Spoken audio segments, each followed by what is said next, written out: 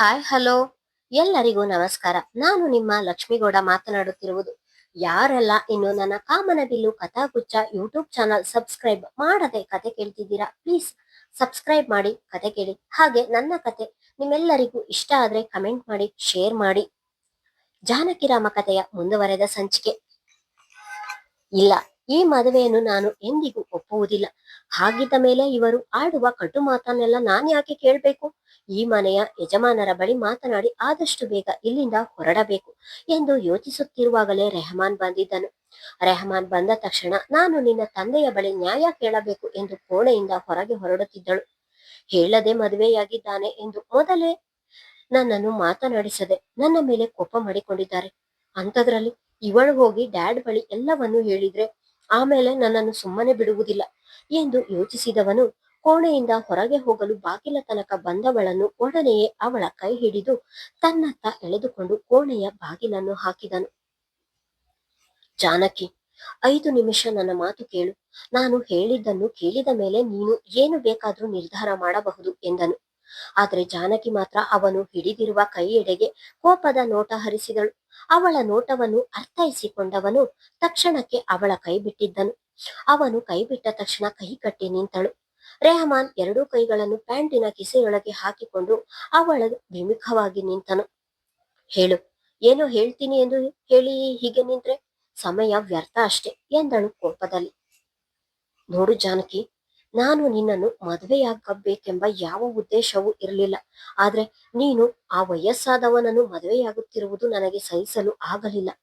ಈ ಮದುವೆಯಿಂದ ಹಿಂದೆ ಸರಿಯಲಿ ಎಂದು ನಿನಗೆ ಮೆಸೇಜ್ ಕಾಲ್ ಎಲ್ಲ ಮಾಡಿದೆ.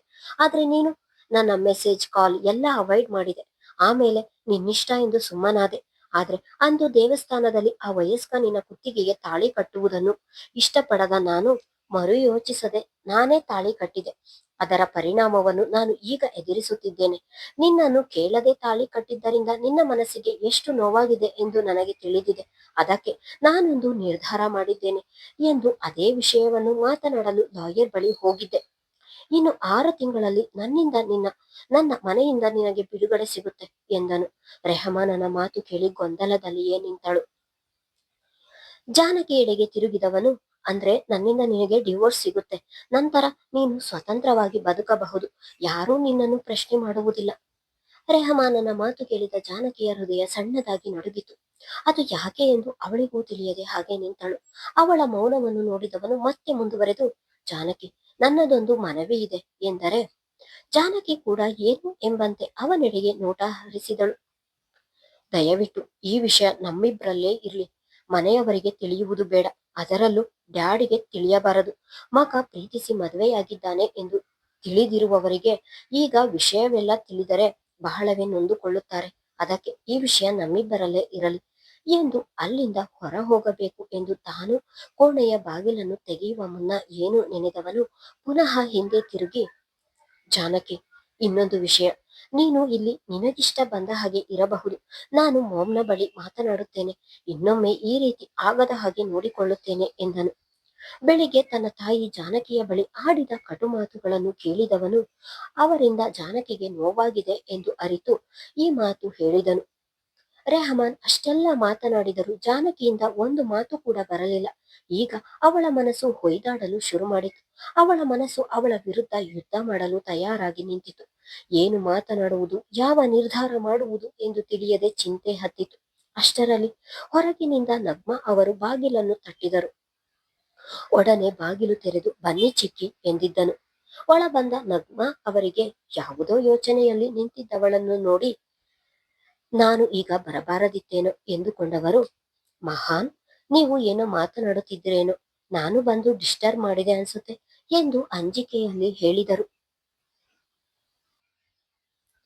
ಹಾಗೇನಿಲ್ಲ ಚಿಕ್ಕಿ, ನೀವು ಬಂದಿದ್ದು ತುಂಬಾ ಖುಷಿಯಾಯಿತು ಅಲ್ವಾ ಜಾನಕಿ ಎಂದಿದ್ದನು.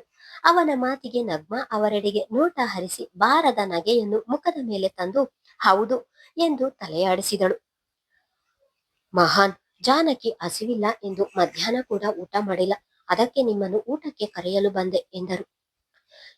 ಜಾನಕಿ ಮಾಮ್ ಆಡಿದ ಮಾತಿನಿಂದ ಮಧ್ಯಾಹ್ನ ಊಟ ಮಾಡದೆ ಹಾಗೆ ಇದ್ದಾಳ ಎಂದು ಯೋಚಿಸಿದವನ ಮನಸ್ಸಿಗೆ ನೋವಾಗಿತ್ತು. ಚಿಕ್ಕಿ, ಜಾನಕಿ ಅಲ್ಲಿಗೆ ಬಂದರೆ ಮಾಮ್ ಕೋಪ ಮಾಡಿಕೊಳ್ಳುತ್ತಾರೆ.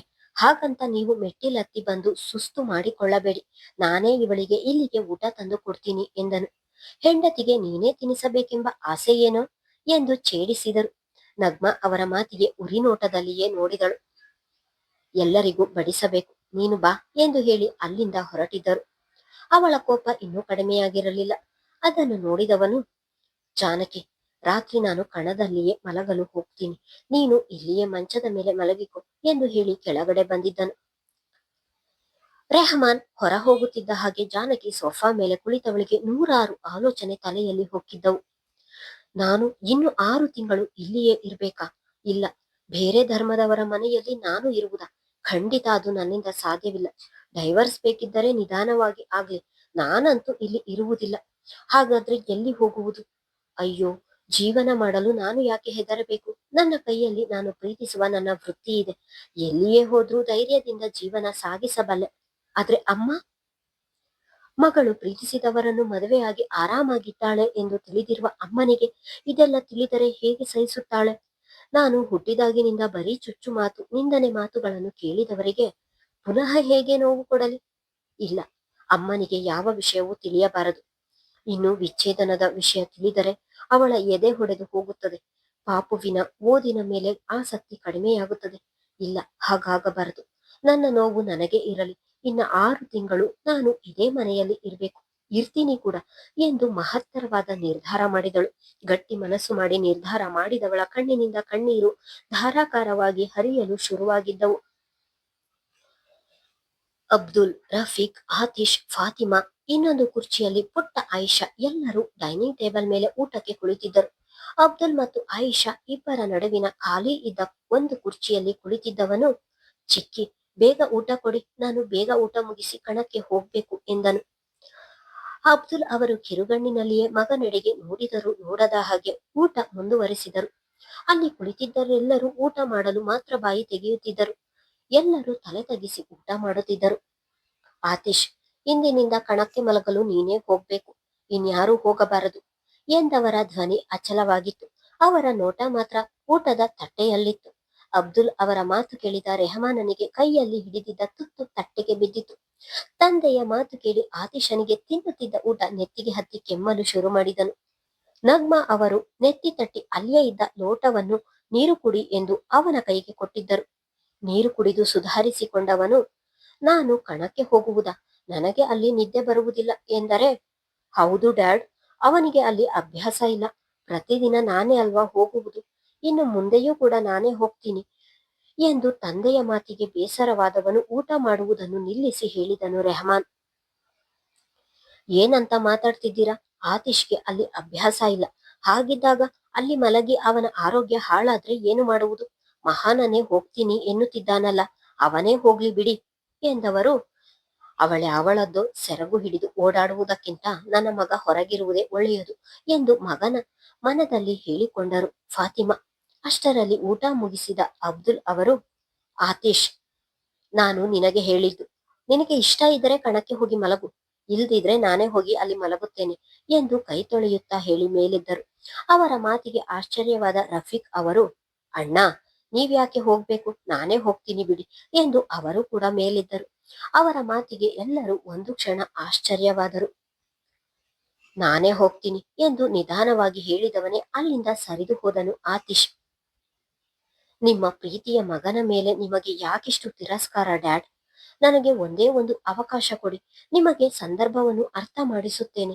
ಅದು ಬಿಟ್ಟು ನೀವು ನೋವು ತಿಂದು ನನಗೂ ನೋವು ಕೊಡಬೇಡಿ ಎಂದುಕೊಂಡವನ ಕಣ್ಣುಗಳು ತುಂಬಿದವು. ತುತ್ತು ಬಾಯಿಗಿಡಲು ಮನಸ್ಸಾಗದೆ ತಟ್ಟೆ ಒಳಗಡೆ ಕೈ ಇಟ್ಟು ಹಾಗೆ ಕುಳಿತಿದ್ದನು. ಅದನ್ನು ಗಮನಿಸಿದ ನಗ್ಮಾ ಅವರು ಅವನ ಭುಜ ಹಿಡಿದು ಅಲುಗಿಸಿ ಊಟ ಮಾಡು ಎಂದು ಕಣ್ಣಿನಲ್ಲಿಯೇ ಅವನಿಗೆ ಸಾಂತ್ವನ ಹೇಳಿದರು.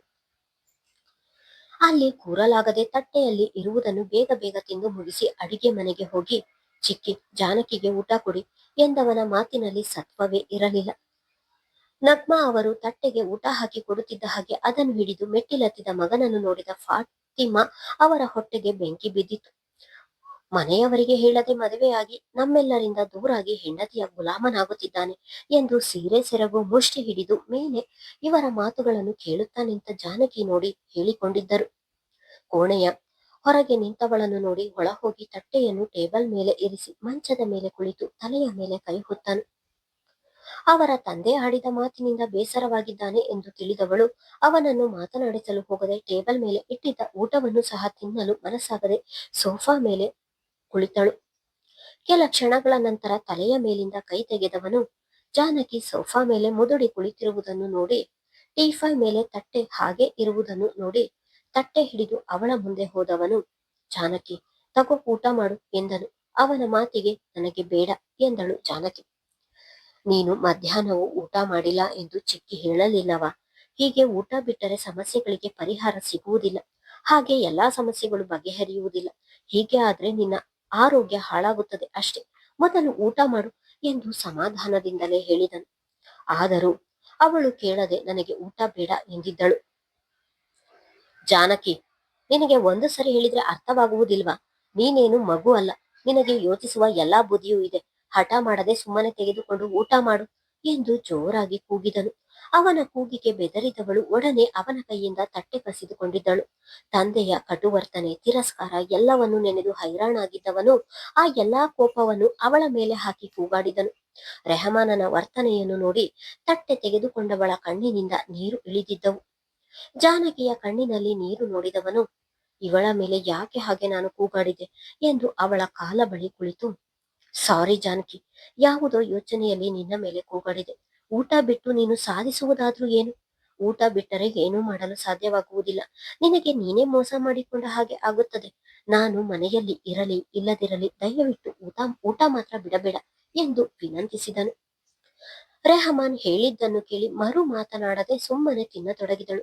ಅವಳು ಊಟ ಮಾಡಿದ್ದನ್ನು ನೋಡಿ ನಿರಾಳವಾದವನು ಮೇಲೆದ್ದು ನಿಂತು, ಇನ್ಮೇಲಿಂದ ನೀನೇ ಮಂಚದ ಮೇಲೆ ಮಲಗು, ನಾನೇ ಸೋಫಾ ಮೇಲೆ ಮಲಗಿಕೊಳ್ಳುತ್ತೇನೆ ಎಂದನು. ಬೇಡ, ನಾನೇ ಸೋಫಾದಲ್ಲಿ ಮಲಗುತ್ತೇನೆ, ನೀನು ನಿನ್ನ ಜಾಗದಲ್ಲಿಯೇ ಮಲಗು ಎಂದವಳು ಕೈ ತೊಳೆದು ತಟ್ಟೆ ಇಟ್ಟು ಬರ್ತೀನಿ ಎಂದು ಅಡಿಗೆ ಮನೆಗೆ ಹೋಗಿದ್ದಳು. ಅವಳ ಮಾತಿಗೆ ನಸುನಕ್ಕವನು ತನ್ನ ಜಾಗದಲ್ಲಿ ಹೋಗಿ ಮಲಗಿದನು. ಇತ್ತ ಅಡಿಕೆ ಕಣದಲ್ಲಿ ಮಲಗಿದ್ದ ಆತೀಶನಿಗೆ ನಿದ್ದೆ ದೂರದ ಮಾತಾಗಿತ್ತು. ಮೆತ್ತನೆ ಹಾಸಿಗೆ, ಕೋಣೆಯಲ್ಲಿ ಎಸಿ ಇದ್ದರೆ ಮಾತ್ರ ಅವನಿಗೆ ನಿದ್ದೆ ಬರುವುದು. ಹಾಗಿದ್ದಾಗ ಸಾಧಾರಣ ದಿವಾನಿನ ಮೇಲೆ ನಿದ್ದೆ ಬರದೆ ಒದ್ದಾಡುತ್ತಿದ್ದನು. ಥು, ದರಿದ್ರದವಳು ಎಲ್ಲಿಂದ ಬಂದು ಒಕ್ಕರಿಸಿದ್ಲೋ ಗೊತ್ತಿಲ್ಲ. ಅವಳಿಂದ ಇವತ್ತು ನಾನು ಇಲ್ಲಿ ಬಂದು ಮಲಗುವ ಹಾಗೆ ಆಯ್ತು. ನಿನ್ನನ್ನು ಮಾತ್ರ ನಾನು ಹೆಚ್ಚು ದಿನ ನಮ್ಮ ಮನೆಯಲ್ಲಿ ಉಳಿಯಲು ಬಿಡುವುದಿಲ್ಲ ಎಂದು ಆಗಲೇ ಒಂದು ಕೆಟ್ಟ ಯೋಚನೆ ಮಾಡಿದ್ದನು ಆತೀಶ್. ಮುಂದುವರಿಯುವುದು. ಧನ್ಯವಾದಗಳು.